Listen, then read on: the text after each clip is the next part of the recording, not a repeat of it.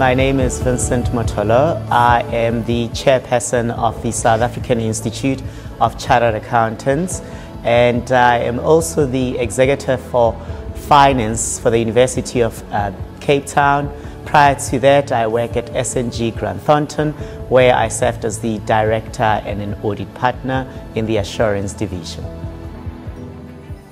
The key thing that I primarily wanted to become was a teacher. And I suppose because my aunt was a teacher, and she's the one who actually made sure that I started school at the age of 5. And it evolved that interest. And I remember there was a time where teachers were losing job, as it were, in the country. And my uncle, married to my aunt, who was a teacher, said to me I should become an accountant. I thought, oh, that's interesting, I could do that. I'm doing well in accounting at school after all. And because I also worked in their business, they had a tavern. Then I had to apply and go into the university, and accounting being, a strong one, and being told and having seen SAICA in magazines, I thought I should go into accounting, so that was my first choice. Second choice though was marketing. Needless to say, I went with the first choice, and here I am, a chartered accountant a few years later.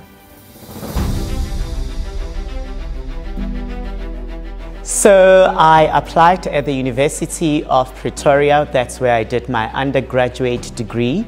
And I'll tell you, the year that I didn't like it the most was second year, because it's when you're introduced to new concepts such as auditing, which you can't really imagine. I thought when I wanted to study accounting, my focus would be on numbers and just doing financial accounting. When I finished at the University of Pretoria, I did not have funding. I went to apply with Tutuka, and then there was a bursary available via National School of Accounting at the time, and which was affiliated with the University of KwaZulu-Natal.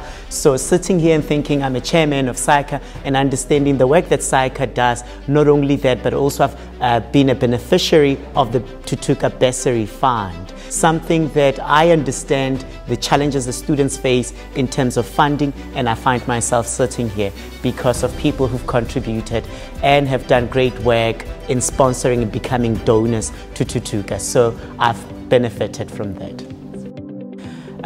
I suppose the main obstacle is funding, and I suppose when we hear the plight of students about funding, then you get to understand it. And having lived that and experienced that, I think that was the main obstacle.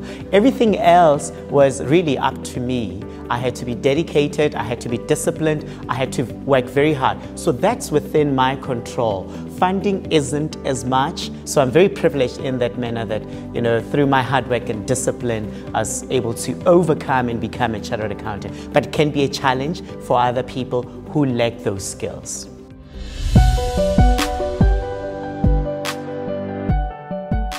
I'm in a very privileged position right now.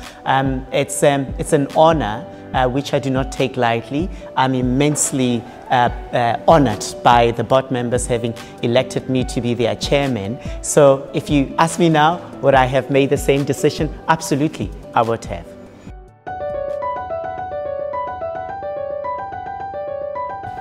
So the current state of the profession goes beyond, and I'll tell you, I'm going to give context to that, is that when we think about the profession, it's normally auditors and audit firms.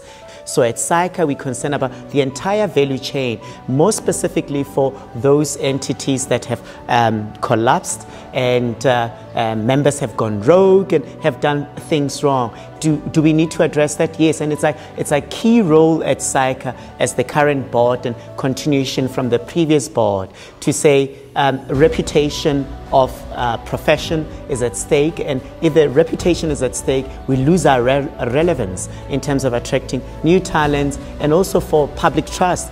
I think that's just a small element. Most of our members actually do good work, and we need to tell more of those stories. There's a lot. I think the role of a CA is going to evolve. We know about CA 2025 coming through. So we're seeing a CA who is more solutions driven. We're looking for someone who can be a strategic thinker and can come up with solutions to problems in serving the world and serving society and the betterment of our own country. It will enhance the reputation of the brand and the profession world over.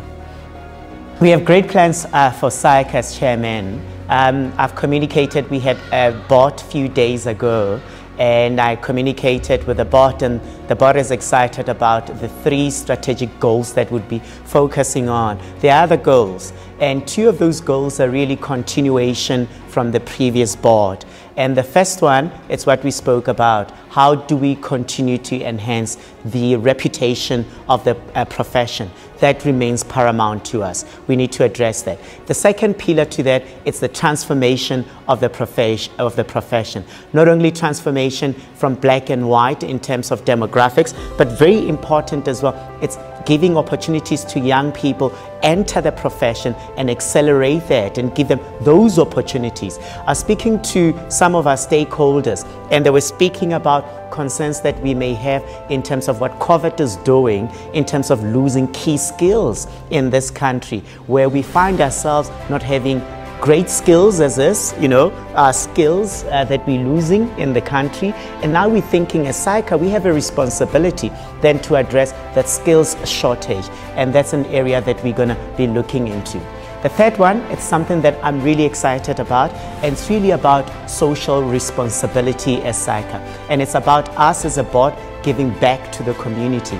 So we are establishing an event. We're still toying about the name. We want to call it a chairman's fundraising event. And that would be aligned with SAICA's strategy, where we identify projects within SAICA that may be needing funding, and we raise funds for it. It will be an annual event. Even after me, whoever comes in as a chairman can identify whatever project they need to work on and fundraise for it. So it's a way of a board giving back to the profession.